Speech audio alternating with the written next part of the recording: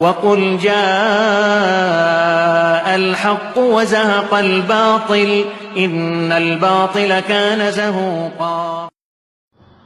اور فرماؤ کہ حق آیا اور باطل مٹ گیا، بے شک باطل کو مٹنا ہی تھا۔ ہوا ہوں کہ خانقاہ اشرفیہ حسنیہ سرکار کلاں کی طرف سے آج کے حالات کے پس منظر میں بغیر کسی تفصیلی تبصرے کے وہ پیغام پیش کر دینا چاہتا ہوں جو خانقاہ اشرفیہ اور خانواد اشرفیہ کے اکابر کی طرف سے تمام اشرفی برادران اور بالعموم اہل سنت و جماعت کے لیے خانقاہ اشرفیہ حسنیہ سرکار کلاں کی طرف سے پیش کیا جا رہا ہے۔ آپ حضرات اسے بغور سماعت فرمائیں۔ اس کے علاوہ انشاءاللہ یہ جو خانقاہ اشرفیہ کی طرف سے یہ بیان جاری کیا جا رہا ہے، آئندہ جامع اشرف کے ماہنامہ میگزین میں یہ شائع ہو جائے گا، اور ابھی کچھ کاپیاں ہیں، میں مولانا قمر عارف صاحب سے گزارش کروں گا کہ پڑھنے کے بعد اسے معززین تک پہنچا دیں۔ بسم اللہ الرحمن الرحیم۔ اظہار موقف و اعلان برات از خانقاہ اشرفیہ حسنیہ سرکار کلاں درگاہ کی چوچا شریف امبیڈکر نگر یوپی بھارت۔ بسم اللہ الرحمن الرحیم۔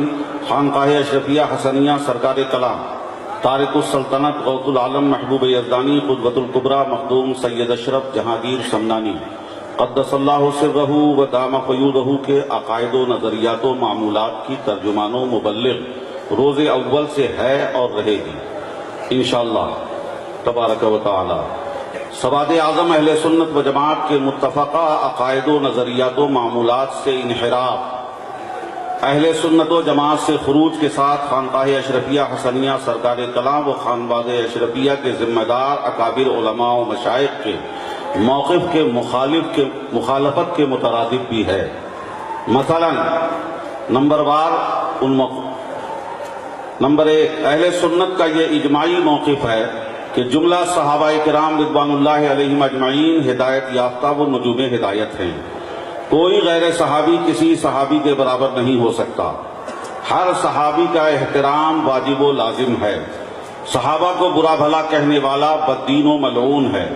صحابہ کرام رضی اللہ عنہم میں شیخین کریمین یعنی حضرت ابو بکر صدیق و حضرت عمر فاروق رضی اللہ عنہما تمام صحابہ سے افضل ہیں، ان کی افضلیت کا منکر گمراہ ہے۔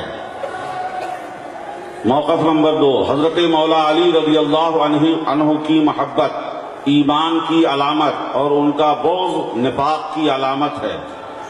فضائل و کمالات میں حضرت مولا علی کرم اللہ وجہہ الکریم کا حضرت امیر معاویہ رضی اللہ عنہ سے تقابل کرنا بھی بے ادبی، باطنی خباثت کی دلیل اور اہل سنت کے نظریہ کے خلاف ہے۔ حضرت امیر معاویہ رضی اللہ عنہ صحابی رسول کاتب وحی تھے، لہذا ان پر لان تان کرنے والا، انہیں برا بھلا کہنے والا بددین گمراہ رافضی ہے، اگرچہ اپنے آپ کو سنی اور محب اہل بیت کہتا ہو۔ حضرت مخدوم اشرف جہانگیر سمنانی علیہ الرحمت و رضوان کے ملفوظات لطائف اشرفی جلد سوم صفحہ 547 لطیفہ نمبر 53 میں ایسے شخص کو روافض کے فرقہ لائنیہ میں شمار کیا گیا ہے۔ کیا بات؟ خانقاہ اشرفیہ حسنیہ سرکار کلاں اور خانواد اشرفیہ کے ذمہ دار علماء و اکابر مشائخ کا بھی یہی موقف ہے۔ اس موقف سے انحراف یا اس پر بحث و مباحثہ کرنے والوں سے ہم بیزاری و برات کا اعلان کرتے ہیں۔ ایسے اشخاص خانقاہ اشرفیہ حسنیہ سرکار کلاں اور خانواد اشرفیہ کے ترجمان ہرگز نہیں، اور ہمارا ان سے کوئی روحانی تعلق بھی نہیں، اگرچہ وہ خود کو اشرفی یا خلیفہ اشرفی کہتے اور لکھتے ہوں۔ تمام سنیوں کو چاہیے کہ ایسے افراد کی گمراہیوں سے اپنے دین و ایمان کو محفوظ رکھیں۔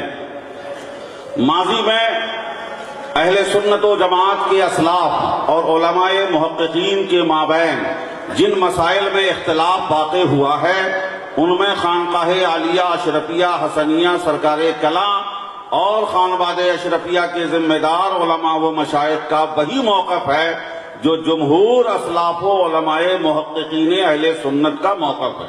واہ واہ واہ۔ مثلا جناب ابو طالب کے کفر و ایمان کے مسئلے میں جمہور اسلاف اہل سنت کا موقف کفر کا ہے، اور یہی موقف حضرت مخدوم سمنانی علیہ الرحمت و رضوان کا بھی ہے، جیسا کہ مکتوبات اشرفی کے 10ویں مکتوب میں اس کی صراحت موجود ہے۔ باوجود اس کے اہل سنت و جماعت کا یہ متفقہ نظریہ ہے کہ جناب ابو طالب کا ذکر خیر کے ساتھ ہونا چاہیے، ان کا نام ادب سے لینا چاہیے، ان کے نام کے ساتھ جناب، حضرت وغیرہ تعظیم کے الفاظ کا استعمال کر سکتے ہیں، لیکن اس میں غلو کرنے، مثلا انہیں رضی اللہ عنہ یا علیہ السلام کہنے لکھنے سے پرہیز کرنا چاہیے۔ بلا ضرورت جناب ابو طالب کے ایمان و کفر پر بحث و مباحثہ کرنا یا انہیں برا بھلا کہنا منع ہے۔ قائلین کفر و ایمان کے ہر دو گروہ علماء محققین اہل سنت میں سے ہیں، لہذا قائلین ایمان کو رافضی کہنا یا شدت اختیار کرتے ہوئے قائلین کفر کو ناصبی و خارجی کہنا ظلم و زیادتی اور فسق و گناہ کبیرہ ہے۔ کیا بات۔ جناب ابو طالب کے کفر و ایمان کے مسئلے کو زیر بحث لا کر اہل سنت میں فتنہ پیدا کرنے والوں کی ہم سخت مذمت کرتے ہیں اور ان سے اپنی بیزاری کا اظہار کرتے ہیں۔ ایسے کسی بھی فرد کو خانقاہ اشرفیہ اور خانواد اشرفیہ کا ترجمان ہرگز نہ سمجھا جائے۔ نمبر 4، ڈاکٹر محمد طاہر القادری کے تعلق سے ہند و پاک کے ذمہ دار علماء و مفتیان کرام کی تحریروں اور تقریروں سے یہ بات ظاہر ہے کہ وہ اپنے غیر شرعی اعمال و نظریات کے سبب سخت گمراہی میں مبتلا ہیں۔ ہم اس مسئلے میں ہند و پاک کے ان علماء و مفتیان کرام کی تائید کرتے ہیں، نیز اہل سنت کے افراد کو تاکید کرتے ہیں کہ ڈاکٹر طاہر القادری کے گمراہ کن نظریات اور اعمال سے اپنے آپ کو بچائیں۔ اس مسئلے سے متعلق تفصیلی معلومات کے لیے ان علماء و مفتیان کرام سے اور جامع اشرف کے دارالفتہ سے براہ راست رابطہ قائم کیا جا سکتا ہے۔ اہل سنت و جماعت کو عموماً اور خانقاہ اشرفیہ حسنیہ سرکار کلاں اور خانواد اشرفیہ کے جملہ متوسلین و متعلقین و معتقدین کو خصوصاً آگاہ کیا جاتا ہے کہ مذکورہ بالا موقف کی مخالفت کرنے والے کسی بھی فرد کو خانقاہ اشرفیہ یا جامع اشرف کا نمائندہ و ترجمان نہ سمجھیں۔ اگر جامع اشرف کا کوئی فارغ التحصیل مندرجہ بالا موقف سے منحرف ہو تو اس کی سند کالعدم تصور کیا جائے، اس کی سند کو کالعدم تصور کیا جائے اور وہ خود کو جامعی کہنے یا لکھنے کا مجاز نہ ہوگا۔ ایسے کسی بھی فرد کو ہرگز جامع اشرف کا فارغ التحصیل نہ سمجھا جائے گا۔ یہ خانقاہ اشرفیہ کی طرف سے موقف کا اظہار کیا گیا ہے۔ حضرات، اس موقف پر دستخط کرنے والے سب سے پہلے خانواد اشرفیہ کی علمی سرپرستی فرمانے والے افتخار خانوادہ حضور شیخ الاسلام حضرت علامہ سید محمد مدنی اشرفی الجیلانی دامت فیوضہ سبحان اللہ ہیں، اور اس کے بعد حضور صاحب سجادہ حضور قائد ملت حضرت علامہ الحاج سید شاہ محمود اشرف شفیع الجیلانی مد ظلہ العلی آپ نے اس پہ دستخط فرمایا ہے، اور اس کے علاوہ سید حسن عسکری میاں صاحب جو جانشین سجادہ نشین آستان محدث اعظم بھی ہیں اور امیر ملت کے بھی سجادہ نشین ہیں۔ اس کے علاوہ جانشین شیخ الاسلام سید محمد حمزہ اشرفی، اس کے علاوہ حضور حضرت نورانی میاں صاحب قبلہ نے بھی دستخط فرمایا ہے۔ حضرت جانشین قطب المشائخ حضرت سید نظام اشرف صاحب قبلہ دامت برکاتہم نے بھی اس پر دستخط فرمایا ہے، اور ابھی جانشین مجاہد دوران جناب غازی دوران حضرت ظفر مسعود صاحب قبلہ نے بھی اس پر دستخط فرمایا ہے۔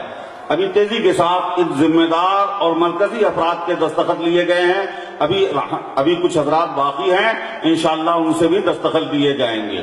یہ موقف خانقاہ شفیہ حسنیہ سرکار کلاں کی طرف سے میں نے پیش کر دیا، اور میں چاہوں گا کہ اس جو آواز کی شکل میں بھی ریکارڈنگ کو بھی اسے عام کیا جائے، اور جو تحریر ہے اسے بھی عام کیا جائے۔ حضور صاحب سجادہ کی اجازت سے میں نے پیش کیا۔ حضرات